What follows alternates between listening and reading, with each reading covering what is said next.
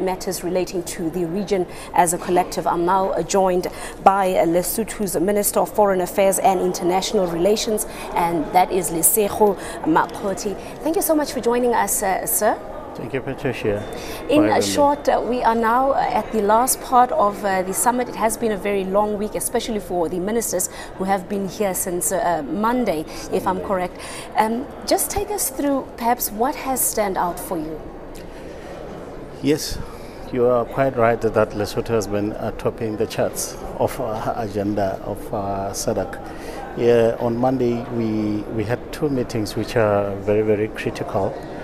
First meeting was that of double track of security chiefs, where our Army General was here to present a case before the Army Generals.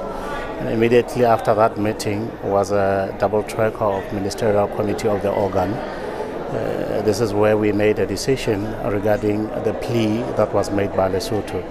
Basically what we are saying is the Prime Minister in his inaugural speech said he's committed into ensuring that all the recommendations of Commission of Inquiry are put into place, and the decision that SADC took with regards to instability and political security in Lesotho are also put in place. So basically what we did was to tell SADC that one, we note the extension of Oversight Committee by 18 months. We also requested that the Oversight Committee be beefed up with some of high-ranking officials from the Army to ensure that when we put all those recommendations into place, that we don't have resistance. As well as if there is a resistance that can arise, then basically SADC will be in the clear picture of what is happening, so that we don't implement. After implementation, when we hit an impasse, we go back to SADC and say we're having a problem. So we want SADC to be right when we start to do those implementation. And you will agree with me, those are long overdue. They should have long been implemented. Yes. Now, most of the leaders who spoke yesterday during the heads of state gathering that was opened yesterday praised Lesotho for having peaceful elections, but they also, of course, raised concern that it seems like the country is not 100% stable. Yet there are still teething issues that need attention to make sure that peace, security and stability, long-lasting stability is fostered in that particular country. Now, can you maybe give us a glimpse of what is the peace situation in your country right now? How does matters look for somebody who does not know, who has not recently been in Lesotho? How would you paint the picture? Since the elections, the 3rd June elections, and assuming of power of the third coalition government, everything has been relatively calm. There's never been any criminality that been reported in the country. The issue is going forward into implementation, going forward into paving a roadmap for the reforms, and as well as going forward to ensuring that there is a multi-stakeholder national dialogue that takes place. On the 9th, we received Deputy President Cyril Ramaphosa as a facilitator. He also was alluding the same, that we should ensure that there's a national dialogue that is driven by Basotho, that is homebrewed, that is homegrown, and is owned by Basotho. And on the 10th, Prime Minister sent an envoy of high-ranking ministers and the Army Command to Lady Brand to have a meeting with soldiers who are in exile and try to work on modalities of ensuring that they are safe, they are safely back in the country, and how we to ensure that we normalize their lives and compensation and other things, and as well as trying to ensure reintegration back into the army. If not reintegrated, let's see where they can be deployed, and those who are old, let's see if they can retire and get their package and normalize their lives. But relatively, like Friday, we had a double tracker summit where also the Prime Minister tabled his plans of ensuring that the recommendations of Commission of Inquiry and the SADC Summit, SADC's decisions are put in place. So I believe we are relatively on the right track as it is. Are you happy with the SADC Oversight Committee that has been appointed to guide the leaders of Lesotho to, of course, make sure that they implement all the reforms that have been tabled before them? The Oversight Committee played a very pivotal role in ensuring stability in our country. If it was not there, I don't think we would be at a juncture where we are. So the extension that has been given to it by 18 more months really says we are going to see the end of problems in the country, as well as the Prime Minister asked SADC Oversight Committee to be beefed up. Beefing it up meaning there has to be an element of military inside it. Other people are actually misinterpreting the whole statement where the Prime Minister said SADC Oversight Committee should be beefed up. They said he is talking about the country being South Africa to go and invade Lesotho. No, this is not the case. He is saying that when he implements, he wants element of military within the SADC Oversight Committee to be there to observe and act as a early warning mechanism in the event of resistance. We often hear reports in the media from especially your analysts who would, of course, be observing such trends in the various countries, and some of the criticism that they would often level against the countries, especially in Africa, is that there are decisions made, agreements that are reached, and leaders will always, promise that they will commit themselves to doing 1, 2, 3, 4. But when we go back home, leaving such a huge gathering, such as the summit that we have been here, then they blatantly fail to implement the reform. So what now? Can we trust that Lesotho will do the right thing this time, or is it just a wait-and-see game? I think for us as a country, if we can fail to produce roadmap, can fail to implement some of the decisions by November 30th, we will be testing patience of SADC. So we don't have option, but rather to implement everything. All right, I think we'll leave it at that. Pula. Thank you.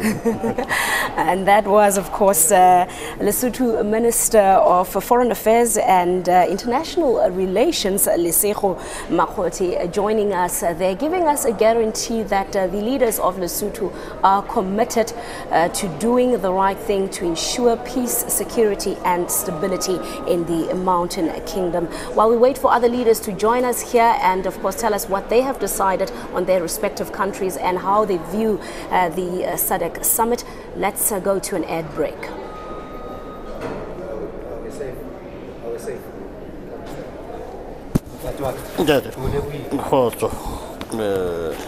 Thank you very much.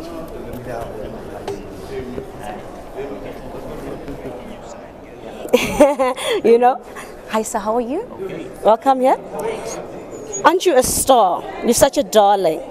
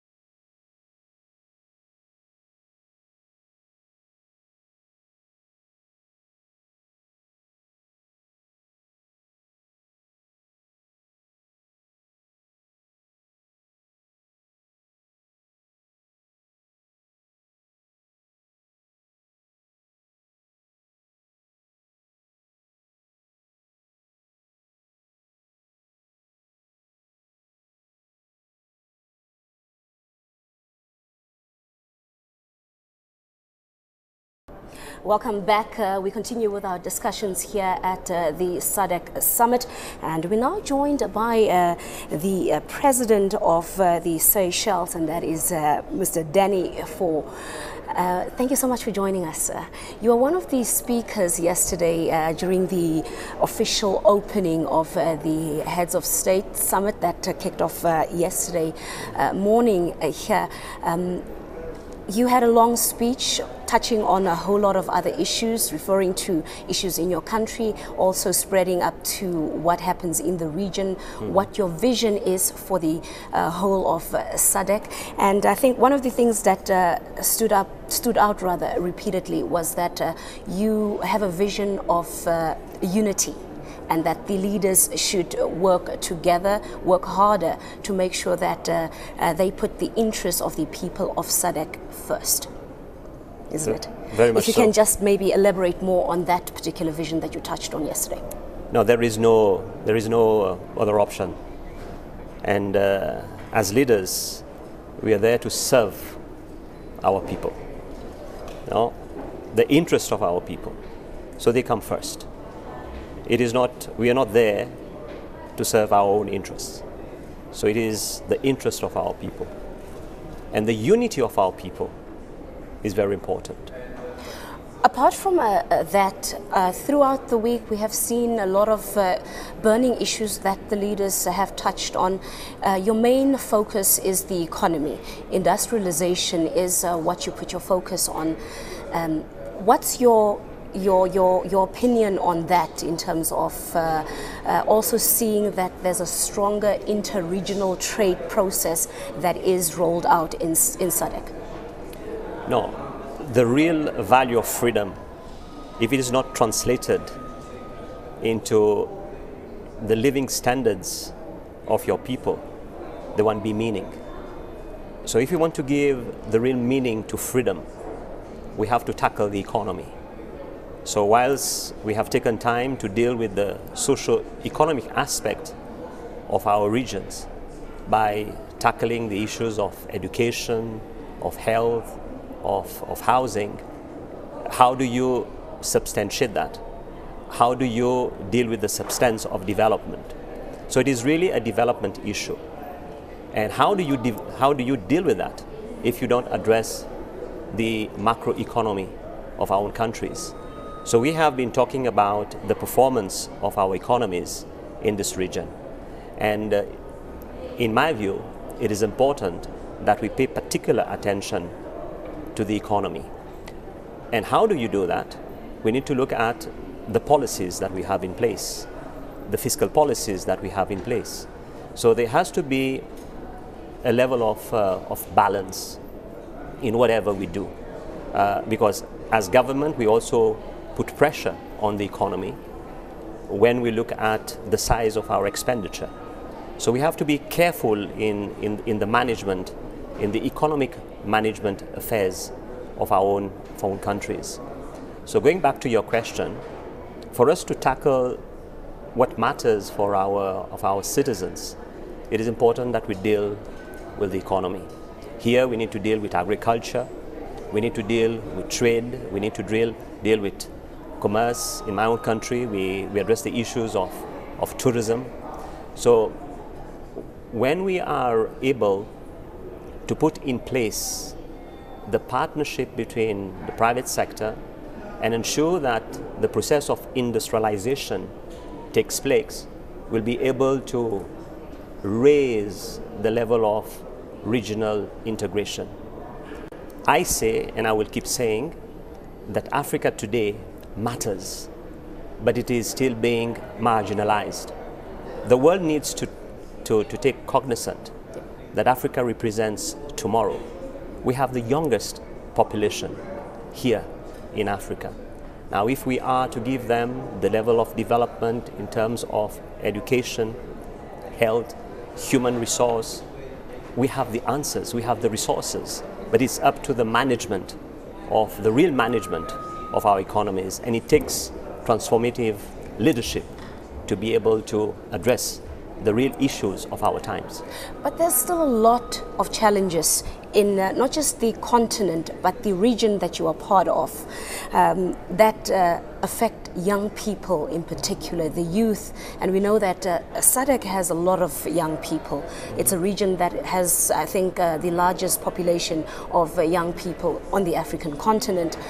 But there are a lot of threats that continue to stand in the way of your vision. Your vision, for instance, we have the issue of drought, there's climate change, there's lots of poverty among our people. So how do we work around those challenges? First of all, you need to understand that these are challenges. You don't dodge away from the challenges. You know, climate change is a real issue, but it can only be tackled by a global answer to the problem of climate change. Poverty is a real issue, but if you don't develop policies around human development, you will always have poverty.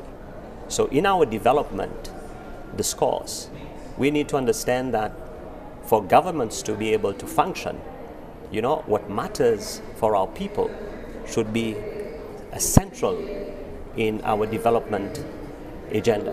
All right, thank you so much. I'll have to cut you short. The official program has started inside. So let's go to the inside of the SADC Summit, where the closing ceremony is about to start. We have a short program this morning. Good. And it will run as follows.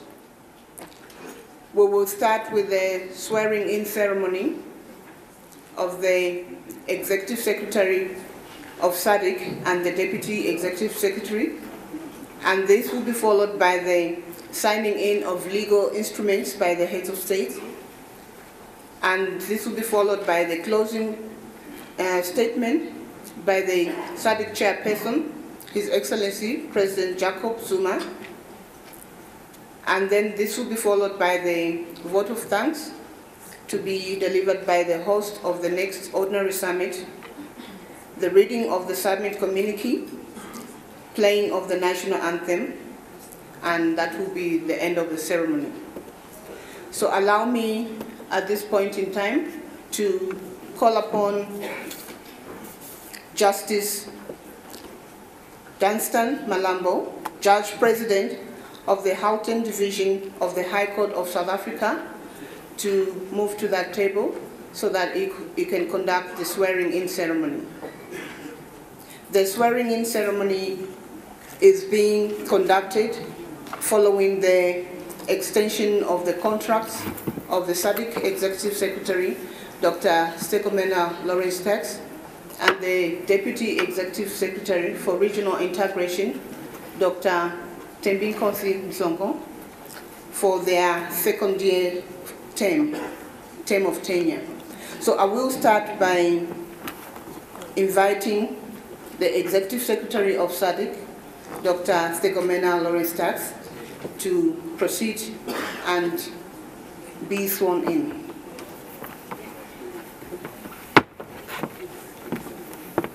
The swearing in will be assisted by the legal counsel from the SADC Secretariat.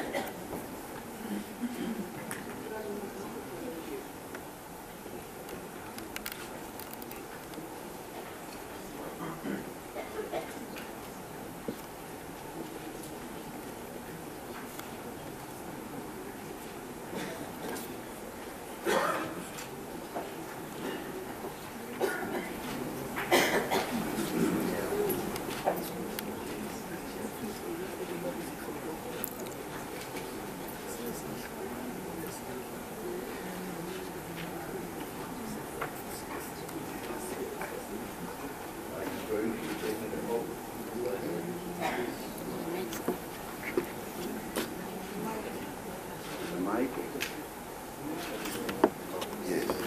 Could I invite you to read the oath before you can swear? Take the oath.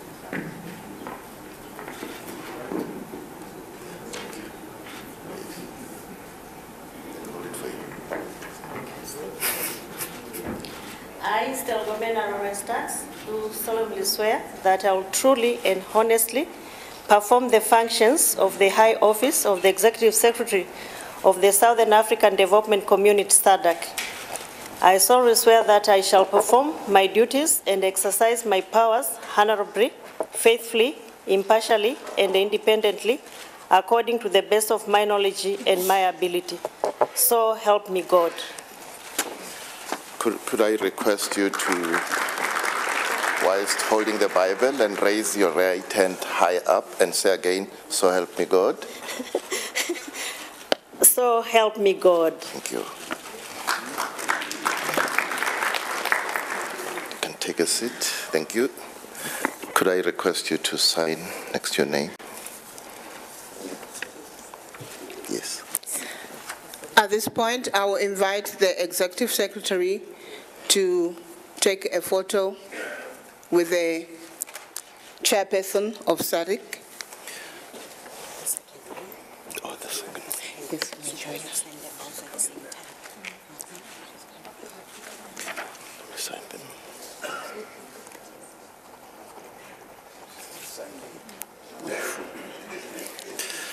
I confirm that you have been sworn in before me, and congratulations. Thank you.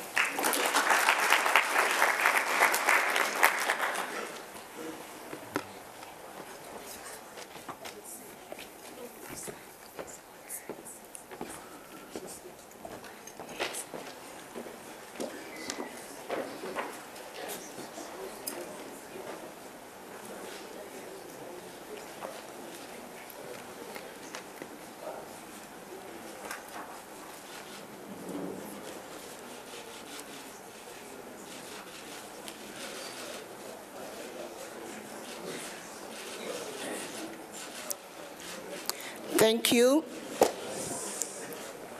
Thank you, and congratulations to Dr. Tax. The next to be sworn in is the SADC Secretariat Deputy Executive Secretary for Regional Integration, Dr. Thembinkosi Mhlongo.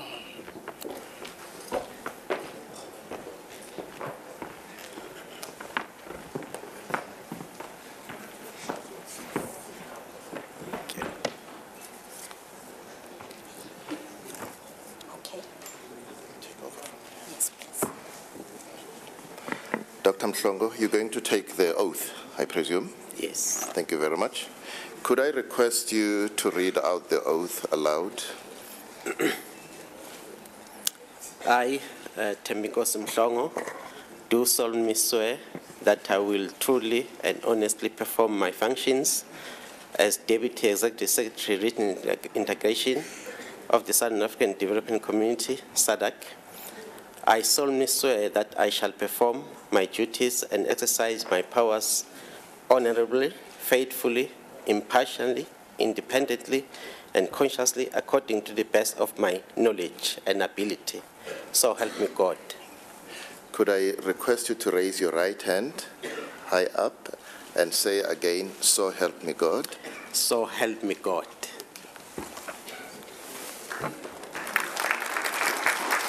You can take a seat.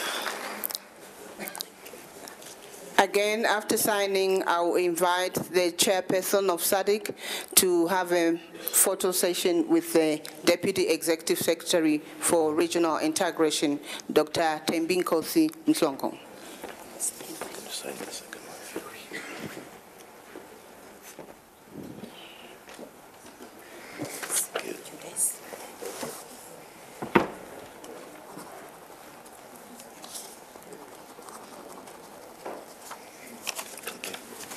I confirm that you have been solemnly sworn in before me, and congratulations. Thank you.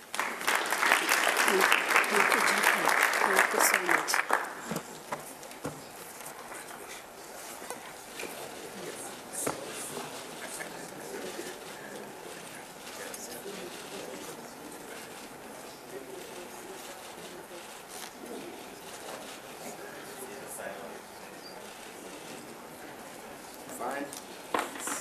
Thank you very much. Once more, congratulations to Dr. Thembinkosi Mhlongo.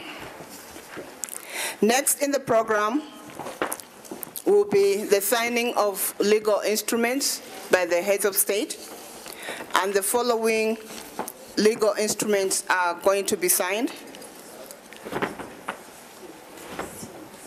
The first one would be the Protocol for Protection of New Varieties of Plants in the Southern African Development Community. The Protocol for the Protection of New Varieties of Plants in the Southern African Development Community.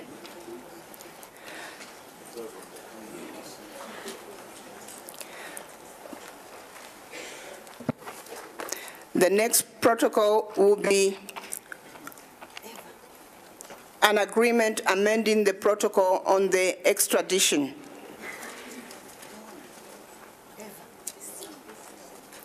And then there will be an agreement amending the protocol on mutual legal assistance in criminal matters.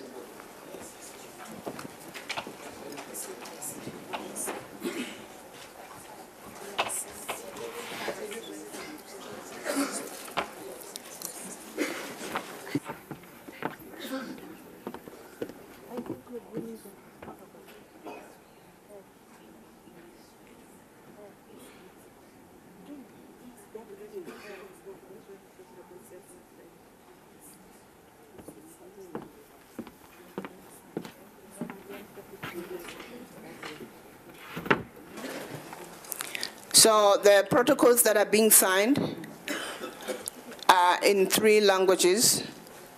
So my colleagues from Secretariat will be taking them to the respective member states as per the language that they're supposed to sign.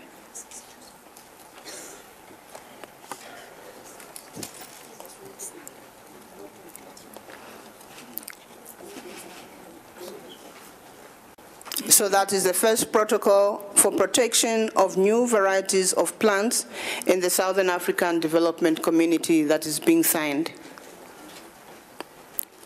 The second one is on agreement amending the protocol on mutual legal assistance in criminal matters. And the third one is agreement amending the protocol on extradition.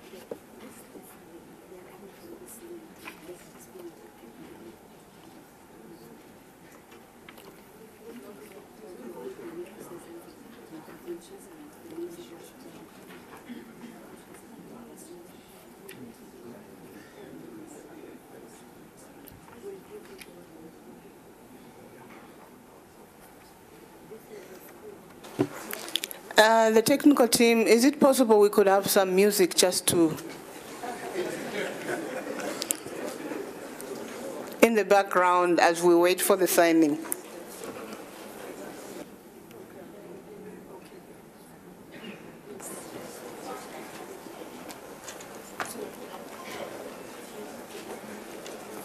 So the 3 protocols that are being signed are the 3 protocols that are coming out of this meeting, as you hear from the communique.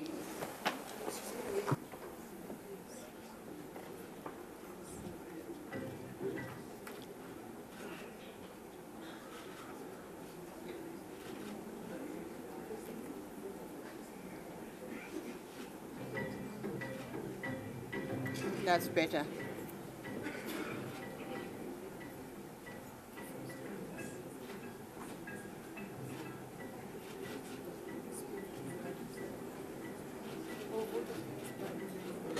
A bit more volume, please.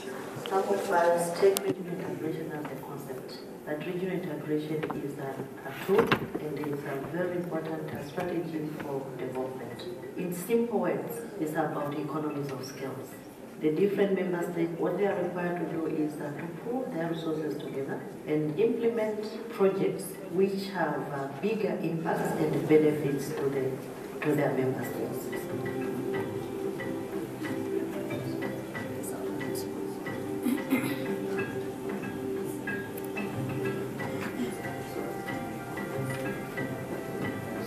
Well, I think the challenge for Mauritius is enormous. Very often have a member of parliament putting a question on one of the regional instruments. We have the SADC RISDB, the Regional Indicative Strategy Development. Since the independence, Namibia has been serving as a logistics hub for SADC more and more every year. And we have forecasted that we could serve SADC for the next 50 years. What is the report? In conjunction with national parks rangers, men armed with the rifles, us armed with local servants, we go out and chase the lions. What we're trying to be able to trace back and see how best this same method can be scaled up to other regiments where lion killing livestock is a problem. The tomatoes which are being produced here, they even go across the border into Mozambique. And we've even seen some of the consumers in Mozambique coming into Malawi.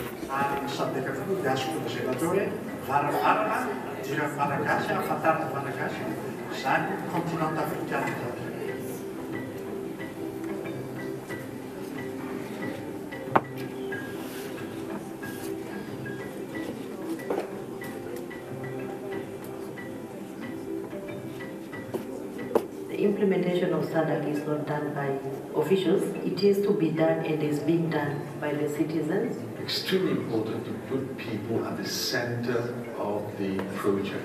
They have to own it, they have to believe in it, they have to see the returns in it. The government has also taken up the initiative to say, look, the industry needs or can do more.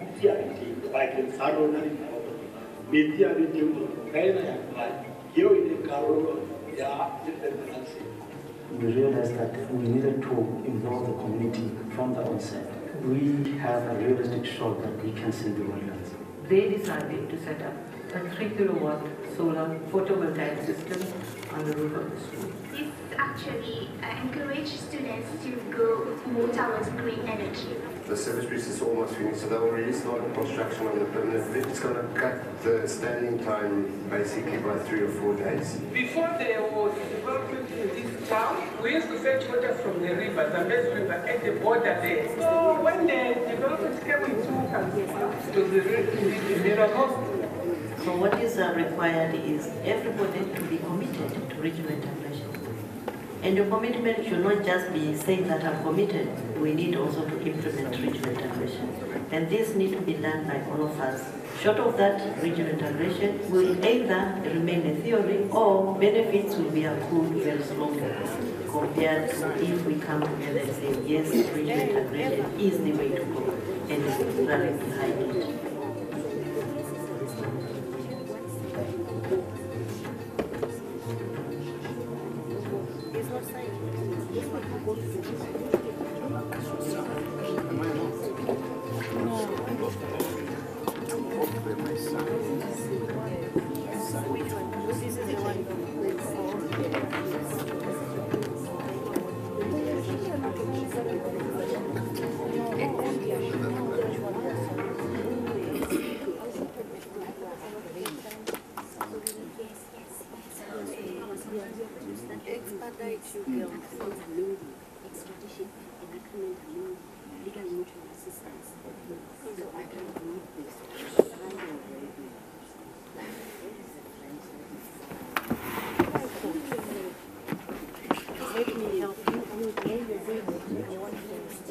carry the three. One person, can you carry the three?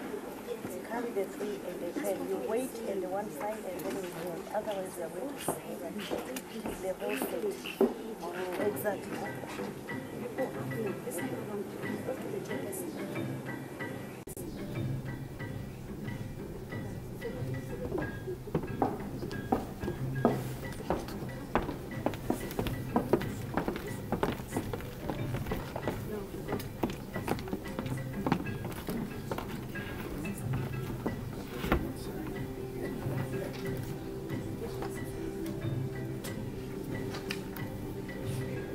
Some of us take regional integration as a concept, but regional integration is a tool and is a very important strategy for development.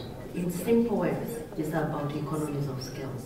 The different member states, what they are required to do is to pool their resources together and implement projects which have bigger impacts and benefits to their member states.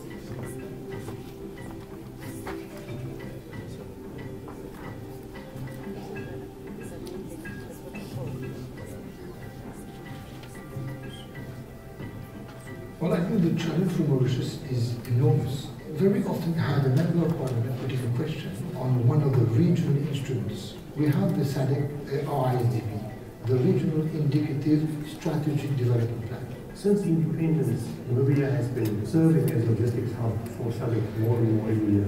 And we have forecasted that we could serve SADC for the next 50 years with this new report.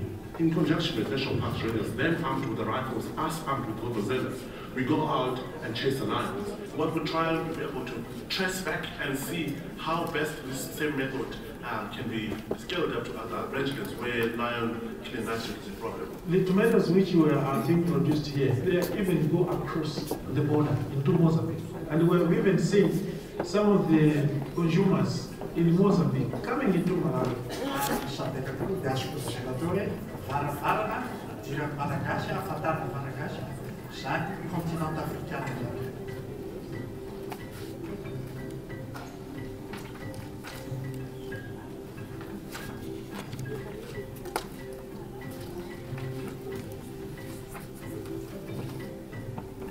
The implementation of SADC is not done by officials. It is to be done and is being done by the citizens. Extremely important to put people at the center of the project. They have to own it, they have to believe in it, they have to see the returns. The member states have signed the initiative to say, look, the three protocols that I mentioned, but we have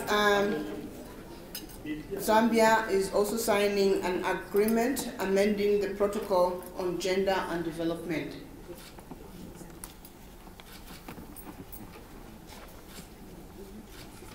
That's Zambia signing the amending agreement to the protocol on gender and development.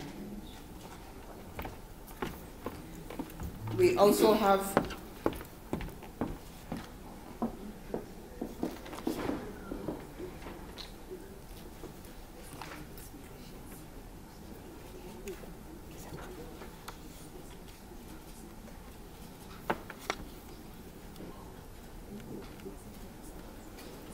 that's Zambia signing the amending agreement to the protocol on gender and development.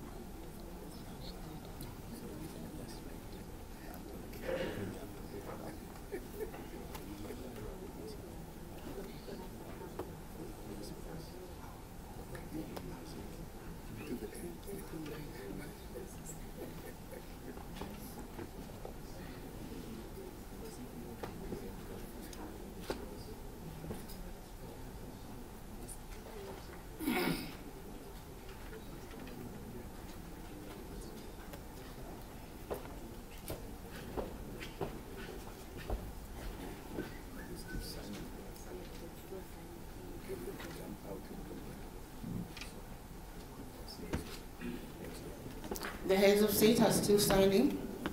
Can we have some music, please?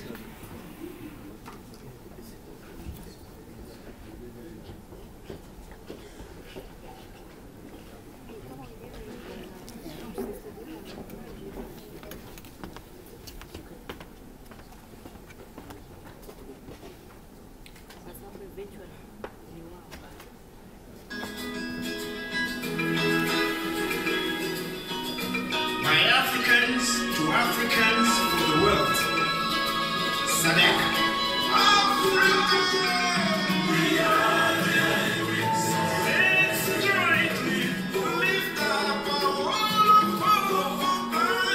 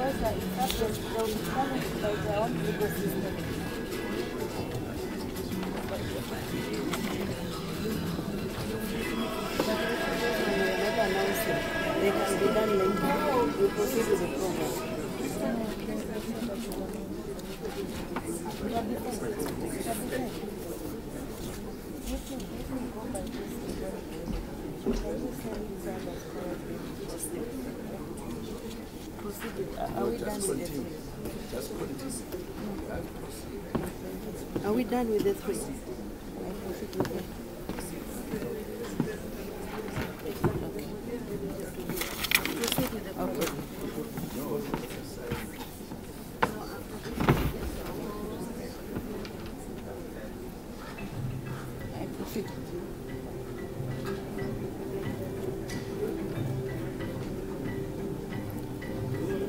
some of us take regional integration as a concept, that regional integration is a tool and is a very important strategy for development. In simple words, it's about economies of scale.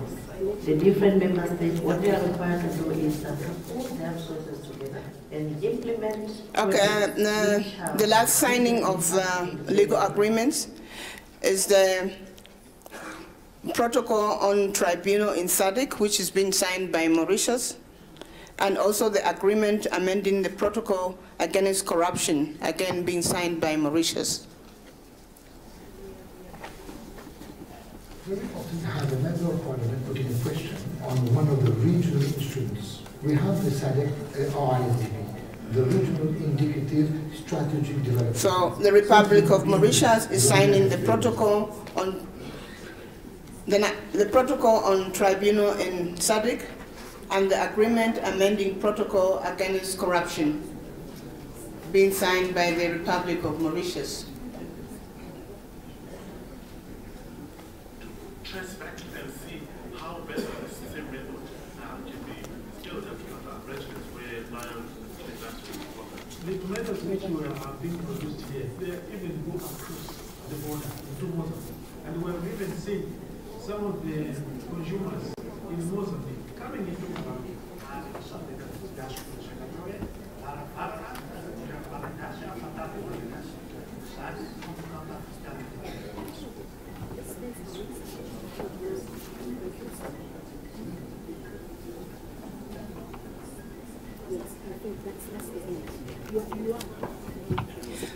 Thank you. That was the end of the signing of legal instruments.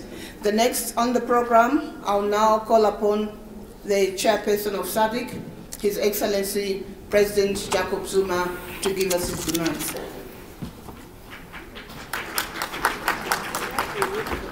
Yes, as you touched on the issue of funding of projects, it looks like one issue that has been raised is the... Thank you very much, Director of the Program. Your Majesty, King Mswati III, outgoing Chairperson of SADC, Your Excellencies, Heads of State and Government, Ministers and Deputy Ministers, SADC Executive Secretary, and all the senior officials, members of the media, ladies and gentlemen. We have now come to the end of the 37th Ordinary Summit of SADC, whose adopted theme is partnering with the private sector in developing industry and regional value chains. This theme was carefully developed to build on the themes of the republics of Zimbabwe and Botswana and the Kingdom of Swaziland. The theme, therefore, is aimed at ensuring continuity and places particular focus on the implementation of the SADC industrialization strategy and roadmap in order to accelerate economic growth and development in the region. Ladies and gentlemen, as you are aware, this summit coincides with the Silver Jubilee of SADC as we celebrate the 25th anniversary of our community. It is absolutely important to acknowledge that as a region, we have performed exceedingly well over the years. Our region is undoubtedly politically stable and peaceful. True to the key objectives of SADC, member states continue to implement critical programs of the organization, including the conduct of regular democratic elections.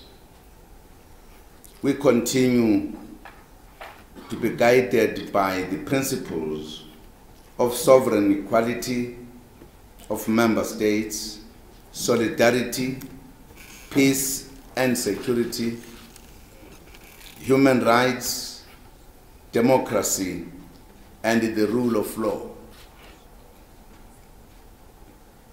As we celebrate our Silver Jubilee, we saw an increase in membership of our community when Summit decided to admit the Union of the Comoros, thus bringing the total membership of the SADC family to 16. Ladies and gentlemen, during our discussions, we bid farewell to President Eduardo dos Santos of Angola, who is retiring. President dos Santos has been one of the key pillars of SADC. We thus take this opportunity to thank him profoundly for his contribution to the liberation struggle in the region and his outstanding contribution to SADC.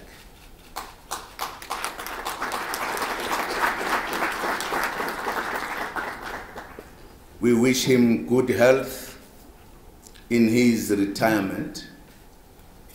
We also wish to take this opportunity to wish the people of Angola peaceful elections. We also bid farewell to President Seretse Khama Ian Khama of the Republic of Botswana, who is leaving office in April 2018. In this regard, we thank President Khama for his active involvement and leadership to SADC.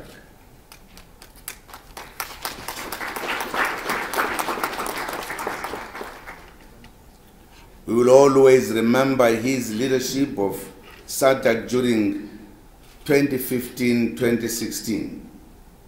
We hope that even during his retirement, he will continue to contribute to the work of SADC, particularly if we take into account that his age is not yet advanced that much. He still has energy and indeed the way to look at things. Ladies and gentlemen, during the summit, we reviewed the political and security situation in the region. We noted with appreciation the relative political and security tranquility in the region, with notable challenges in the Kingdom of Lesotho and the Democratic Republic of Congo. On Lesotho, we have welcomed the commitment of the new government to implement SADC decisions. This is highly appreciated by this organization, and would like to say to Lesotho, we are going to be with you as you work and navigating your roadmap. we believe Lesotho will never go back where it has been. We believe we have all learned the lessons, and therefore there is no need to allow the situation to get out of hand. In this regard, we have urged them to submit a clear time-bound roadmap on the implementation of all SADC decisions and commission of inquiry by November 2017. This is important, and I want to really note this point, because these agreements were reached in a very smooth way without a lot of difficulties, and therefore that suggests that their implementation will be the same. On the DRC, the summit noted that it might not be possible to hold elections in December 2017 due to a number of challenges currently receiving attention. Accordingly, Summit has urged the Independent National Electoral Commission of the DRC to publicize the revised electoral calendar. The Summit has also approved the appointment of a SADC special envoy to the DRC in the level of a former head of state. There are consultations aimed at finalizing this matter. Africa is the richest continent with the poorest people. Our heritage and endowment must be used to drive economic development for the benefit of all African citizens. Therefore, the discovery and exploitation of natural gas within our region should constitute the backbone of our regional economic integration. As such, Summit directed the Secretariat to facilitate the establishment of a regional natural gas committee to promote the inclusion of gas in the regional energy mix and in the promotion of industrial development. Summit emphasized the need to have concrete outcomes so as to leverage our natural endowments to change the structure of our economies and promote value added with the focus on agro-processing, mineral beneficiation, and pharmaceuticals. There is convergence among member states on the importance of working with the private sector in this regard. Energy security is a critical input to industrial development. This is an indication of our resolve to practically implement our industrial strategy and roadmap in order to address the critical constraints of financing our work program we emphasized the need for resource mobilization, including the operationalization of the Regional Development Fund. We all remain collectively engaged with working on improving the prosperity and development of our people. In this regard, the SADC integration agenda is important for our family of nations.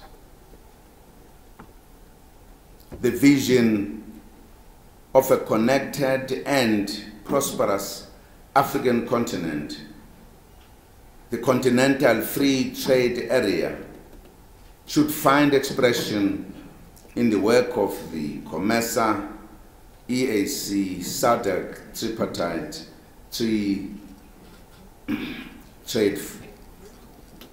free trade area. As such, we should all continue in earnest with our engagements. We need to move forward with the plethora of issues on our agenda. We also welcome the solidarity displayed by the distinguished guests from United Nations Economic Commission for Africa, as well as the African Development Bank's commitment to support our program of action.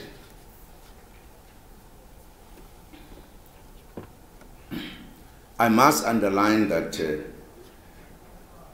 the presentation of the two gave some of us bigger hope,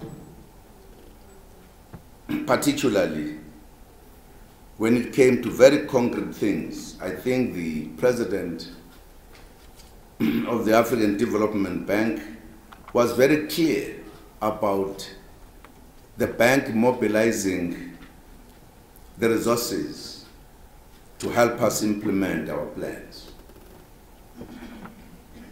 But equally, the head of the United Nations Economic Commission on Africa, in the presentation, made the point very clear of her understanding of our economies in the continent and what needs to be done. They were more oriented towards concrete things that need to be done. I think SADC must take advantage of that. On behalf of the SADC family, we wish to extend our heartfelt condolences and express solidarity with the people of Sierra Leone and the Democratic Republic of Congo that have lost their loved ones in the recent mudslide disasters.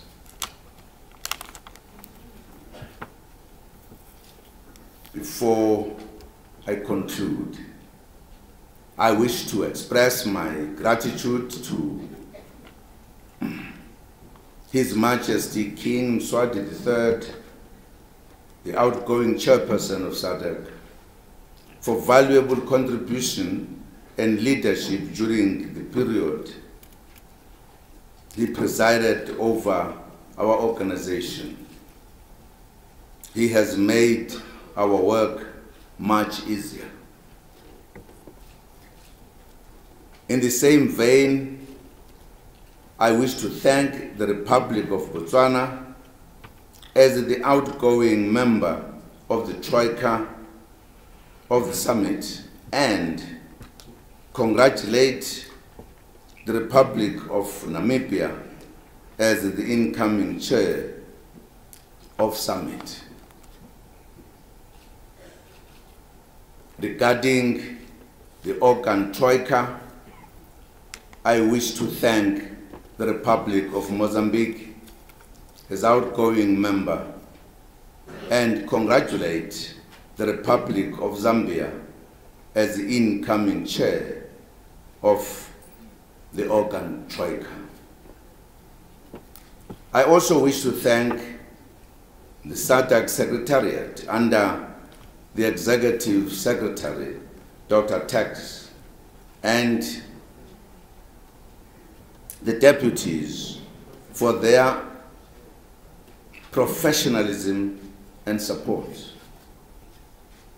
We look forward to closely working together during our chairship. Your Excellencies, I wish you all a safe journey back to your respective capitals, and thank you once again for your contribution to the success of this summit. I would like to thank you. Obrigado, merci beaucoup, and thank you very much. Safe journey home. Thank you.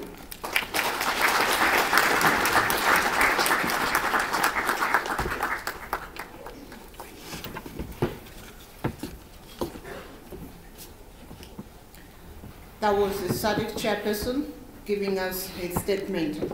At this point in time, I'm calling upon the host for the next ordinary summit to come and give us the vote of thanks, and that will be His Excellency President Hage Geingob.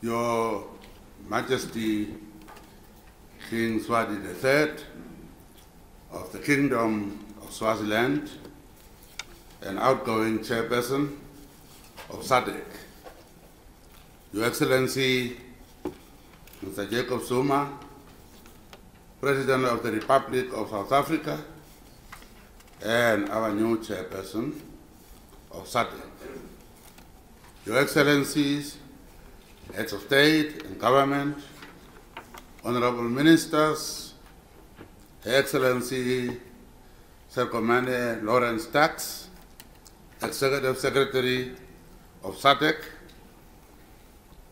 SADC staff, senior government officials, invited guests, members of the media, ladies and gentlemen.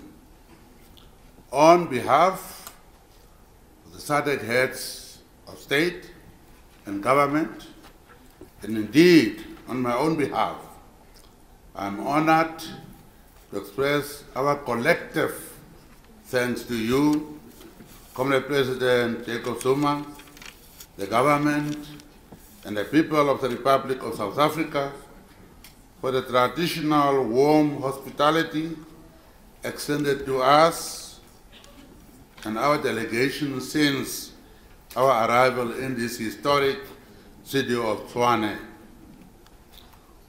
We indeed relish our stay here and felt genuinely at home. I'm particularly delighted to commend His Majesty the King Swati III of the Kingdom of Swaziland, the outgoing chairperson of SADC, for having steered the SADC region with dexterity and sustained focus towards regional integration through advanced industrialization programs during his Majesty's tenure as chairperson of SADC. We are grateful for Your Majesty's hand-on approach on issues of economic development in the SADC region, as guided by appropriate theme of the 36th SADC Ordinary Summit of Heads of State, which is resource mobilization for investment in sustainable energy infrastructure for inclusive SADC industrialization and for prosperity of the region. I equally wish to take this opportunity to congratulate His Excellency Mr. Jacob Zuma, President of the Republic of South Africa, for assuming the chairpersonship of SADC.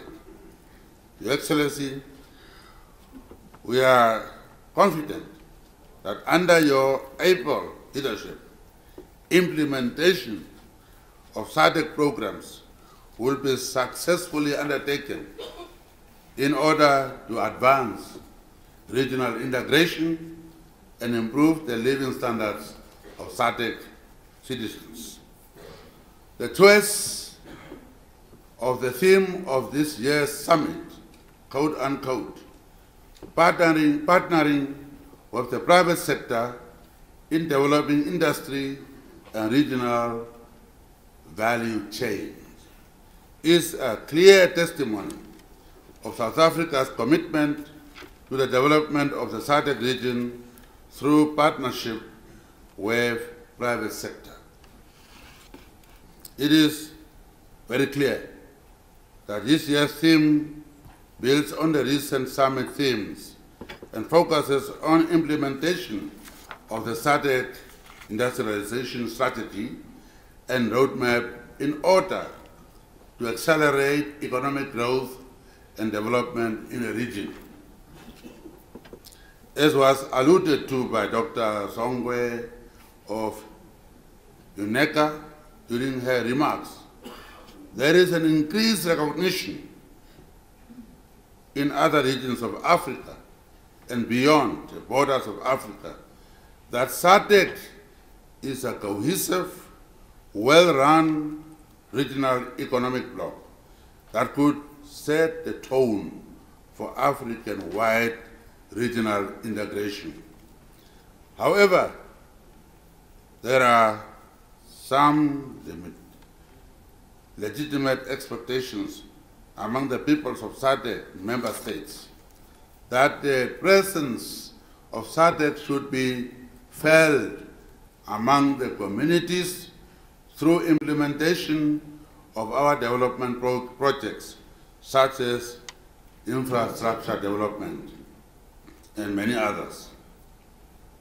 We should therefore continue to put the triple challenges of poverty eradication, job creation, and inclusive growth at the center of our developmental agenda.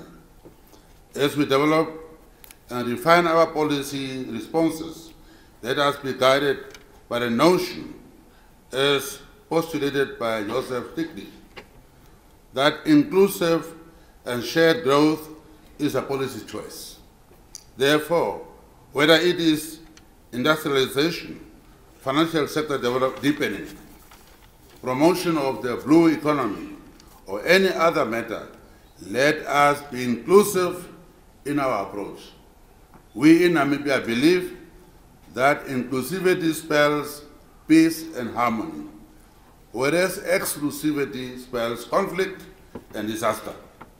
Our development must continue to be people-centered and homegrown. To meet these expectations, it is of paramount importance that we constantly demonstrate our commitment to the ideals of the founding giants of SADC. Furthermore, we must renew our commitment to honor our financial obligations to the organization and implement our decisions and maintain unity. Your Majesty and Excellencies, before concluding, I would like to take this opportunity to commend President Eduardo dos Santos, the President of the Republic of Angola, and the people of Angola for taking the next step in solidifying their democracy. We have taken note of the smooth transition at the party level, which once again demonstrate that in a party, democracy is alive and at work in parties of former liberation movements. Don't doubt us. We wish the people of Angola well with the general elections slated for the 23rd of August this year. Similarly, we are also noting that the President of the Republic of Botswana is also leaving us at a young age. People are saying those of us who are old must leave, which is understandable because we retire. But when you come into this business so young and you leave, what are you going to do?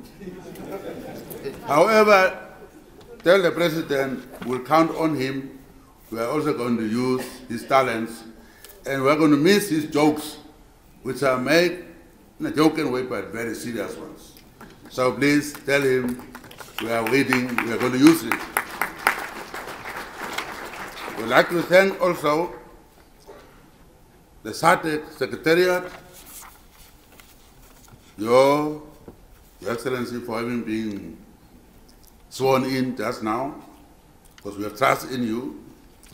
Please lead us with your Secretariat to the higher heights. In conclusion, Your Majesty and Excellencies, I would like to thank you for the honor bestowed upon Namibia as Deputy Chair of SADC.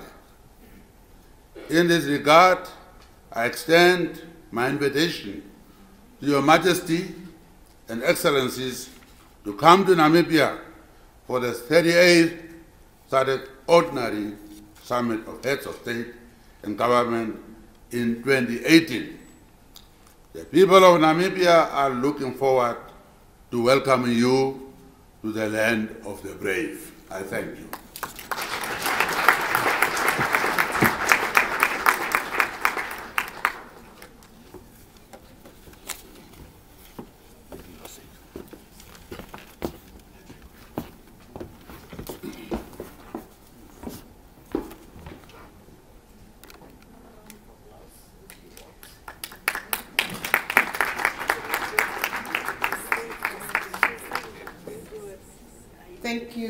Thank you. That was Namibian President Hage Geingob, giving the vote of thanks.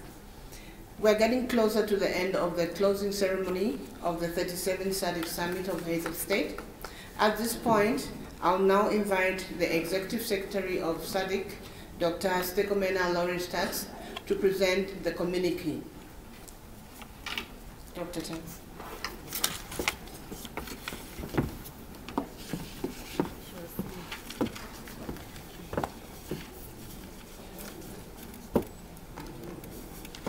Your Excellency Jacob Zuma, President of the Republic of South Africa and Chairperson of SADC, Your Majesty King Mswati III of Swaziland, the outgoing Chairperson of SADC, Your Excellencies, Heads of State and Government, Honorable Maite Mashabane, Chairperson of Council, Honorable Ministers, Your Lordship, Judge President of Ganting Division Courts, Your Excellencies, Heads of regional, continental, and international organizations, Your Excellencies, ambassadors and high commissioners and members of the diplomatic corps, Your distinguished delegates, senior officials from both Member State and SADC Secretariat, members of the media, a very good afternoon. I'm going to read the communique, which will be circulated thereafter, word by word. Communique of the 37th Summit of SADC of Heads of State and Government, OR Tambo Building, Department of the International Relations and Cooperation, DILCO, Pretoria, South Africa, 19th to 20th August 2017. Number one, The 37th Ordinary Summit of Heads of State and Government of the Southern African Development Community SADC was held at OR Tambo Building, Department of International Relations and Cooperation, DILCO, in Pretoria, in the Republic of South Africa on 19th and 20th August 2017. The summit was attended by the following heads of state and government and all their representatives: Swaziland, His Majesty King Mswati III; South Africa, His Excellency President Jacob Zuma; Botswana, His Excellency President Refugee General Dr. Seretse Khama Khama; Namibia, His Excellency President Dr. Hage Geingob; Seychelles, His Excellency President Dami Faure; Zambia, His Excellency President Edgar Chagwa Lungu; Zimbabwe, His Excellency President Robert Gabriel Mugabe; the United Republic of Tanzania, Her Excellency Vice President Samia Suluhu Hassan; Madagascar, His Excellency Prime Minister Oliver Mahafali Solonandrasana; the Democratic Republic of Congo, His Excellency Prime Minister Bruno Nzenze Shabala; Angola, His Excellency Honorable George Chikoti, Minister of External Relations; Mozambique, His Excellency Mr. Odemiro Baloi, Minister of Foreign Affairs and Cooperation; Malawi, Honorable Emmanuel Fabiano, Minister of Foreign Affairs and International Cooperation; Mauritius, Her Excellency Ambassador Mrs. Dwaka Kanabad, Secretary of Foreign Affairs. Number 3, summit was also attended by Her Excellency Dr. Sengomena Lawrence Tax, SADC Executive Secretary; His Excellency Dr. Adisena, President of the African Development Bank; and Her Excellency Dr. Vera Songwe, Executive Secretary of the United Nations Commission for Africa. Number 4, summit elected His Excellency Jacob Zuma, President of the Republic of South Africa, as chairperson of SADC, and His Excellency Dr. Hage Geingob, President of the Republic of Namibia, as deputy chairperson of SADC. Number 5, summit also elected His Excellency Jose Eduardo dos Santos, President of the Republic of Angola, as chairperson of the Organ on Politics, Defense and Security Cooperation.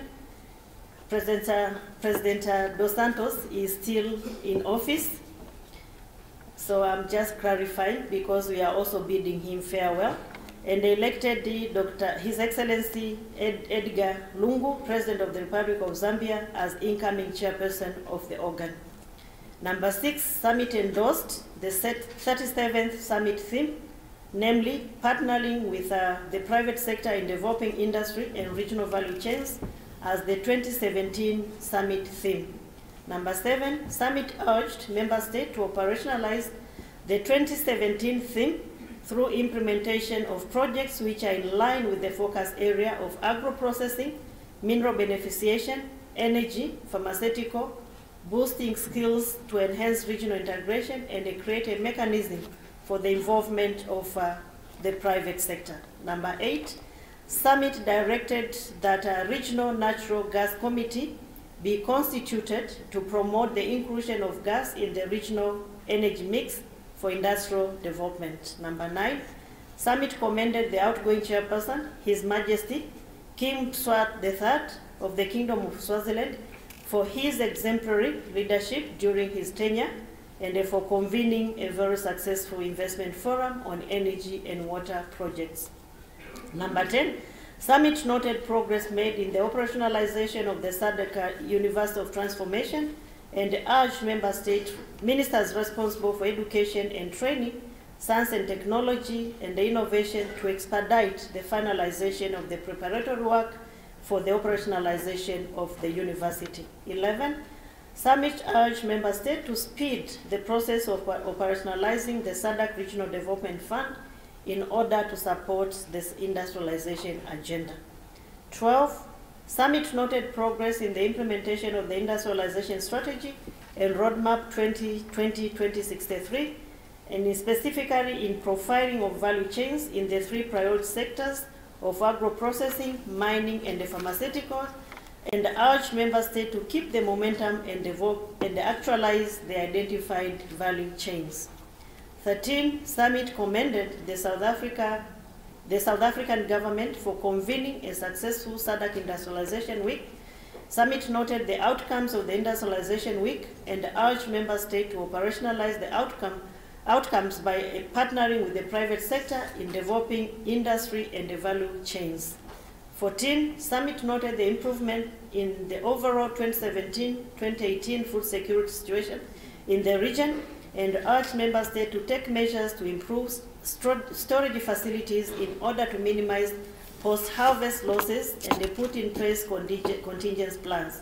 Number 15, Summit urged member states to explore risk insurance options in cases of climate change-related disasters, including facilities that are available at the African Development Bank.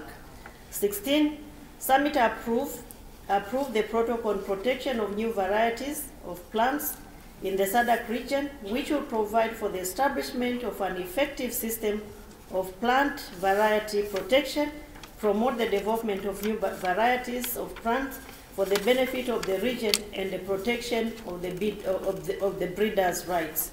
17, Summit commended member states who have reached a 50-50 gender parity in political and decision-making position in the public service and private sector, and urge member states that have not reached the target to strive toward reaching the target at all levels.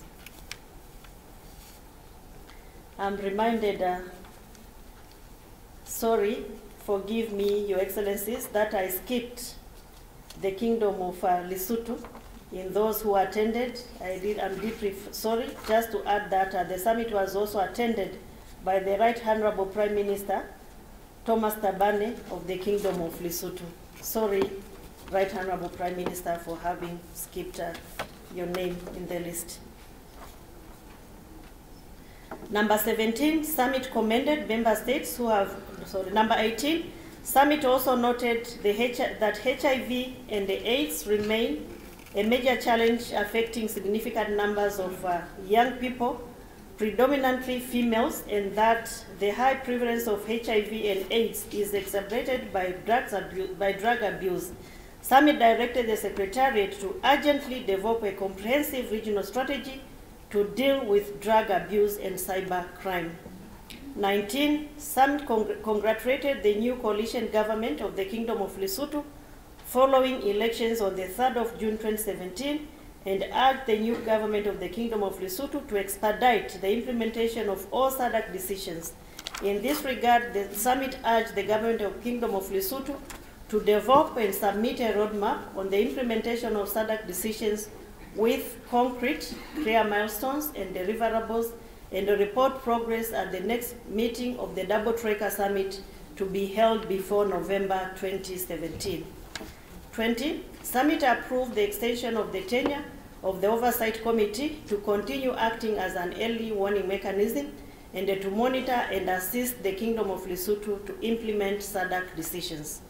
21, Summit welcomed the commitment by the government of Lesotho to the implementation of SADC decisions and the commitment of the Lesotho to engage in a national multi-stakeholder dialogue to be convened expeditiously and the progress to be reported during the Double Tracker Summit to be held in November 2017. 22, Summit reiterated the need for a multi-stakeholder dialogue bringing together all relevant stakeholders in the Kingdom of Lesotho, which will enable an inclusive and a transparent means of ultimately implementing the reforms recommended by SADC. This dialogue must be led by Lesotho, with SADC providing expertise to support the dialogue process. 23rd, Summit noted a number of challenges that have made it unrealistic for the DRC to hold elections in December 2017 as originally planned, and urged the Independent National Electoral Commission to publicize the revised electoral calendar in consultation with the government and the National Council for monitoring the implementation of the agreement. of the 31st December 2016. 24, Summit called upon the international community and all stakeholders to continue supporting the implementation of the 31st December 2016 agreement and respecting the wishes of the Congolese people with a view to ensuring the sustainable peace, security, and stability of the DRC. 25, Summit urged all stakeholders to refrain from actions that would undermine the political and security stability with regard to the developments which led to the escalation of violence and insecurity in the Kasai province. 26, Summit approved the appointment of a special envoy to the DRC in light of the political and security dynamics, particularly in preparation of the elections, and mandated the SADC chairperson, His Excellency President Jacob Zuma, and the outgoing chairperson, His Majesty King Mswati III, to finalize consultations and the appointment of the special envoy. 27, Summit commended President Joseph Kabange Kabila, the government of the DRC, and all stakeholders for the progress made in implementing provisions of the December 31st, 2016 peace agreement. 28, Summit deplored and condemned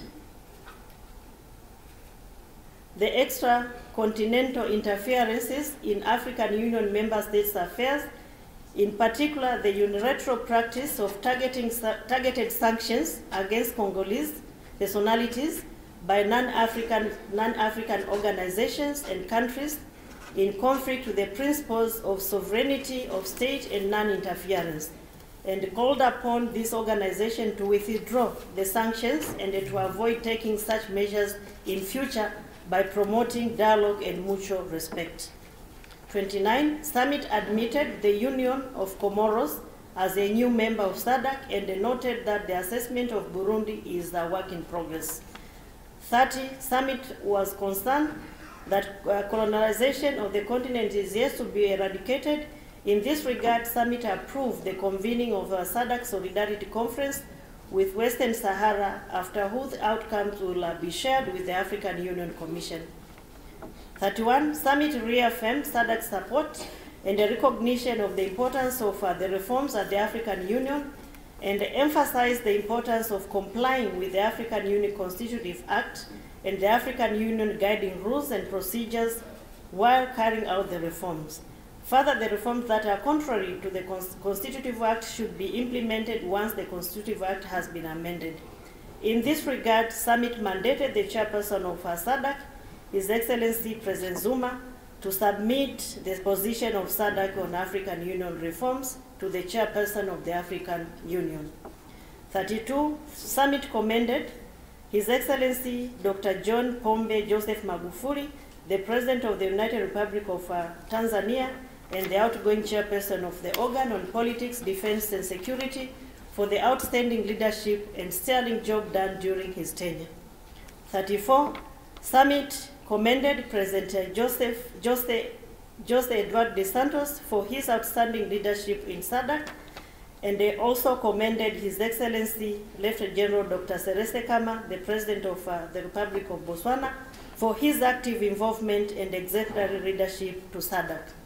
34, Summit expressed condolences and solidarity with the people and the governments of Sierra Leone and the Democratic Republic of Congo on the loss of life and property due to unprecedented floods and mudslides. 35, the Ordinary Summit was officially closed by the SADC chairperson, His Excellency President Jacob Zuma, who thanked all the heads of state and government for attending the 2017 Ordinary Summit. And the 35 Summit expressed its appreciation to the government and people of the Republic of South Africa for successfully hosting the 37th Ordinary Summit and for the hospitality during the summit period. Done at Pretoria, Republic of South Africa, 20th August 2017. That is the end of the communique for the 2017 summit. Thank you.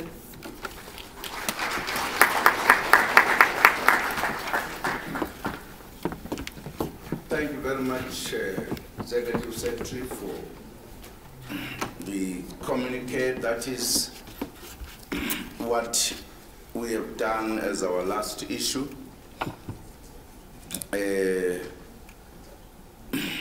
We have reached the end of our summit. We'd like to thank you, Your Excellencies, Your Majesty, King Mswati III, heads of state and government, and leaders of delegations. This has been a good summit. Took very far-reaching decisions, and I'm sure when we meet again in Namibia, we'll be able to see progress. We have reached the end. I am now adjourning the meeting. It has come to an end after a successful. The meeting is over. Thank you very much. We'll just respect the sing of anthems whilst we are standing, and then once we finish, we go for lunch.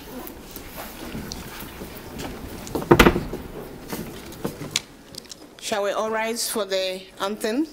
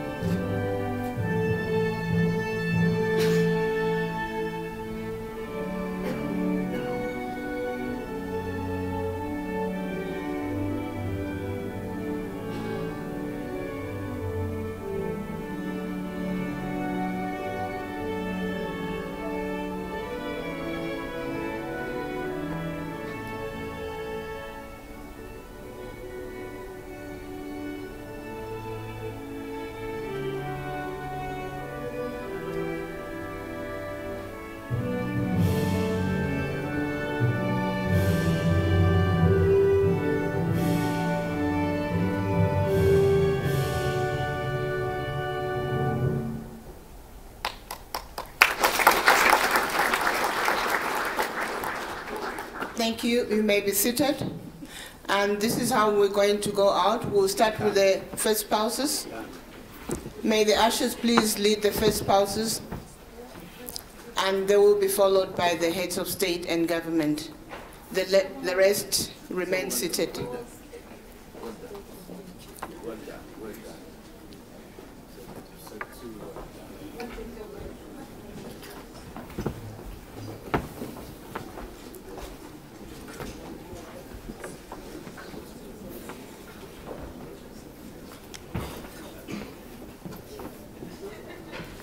May the ushers please lead the heads of state outside the conference room.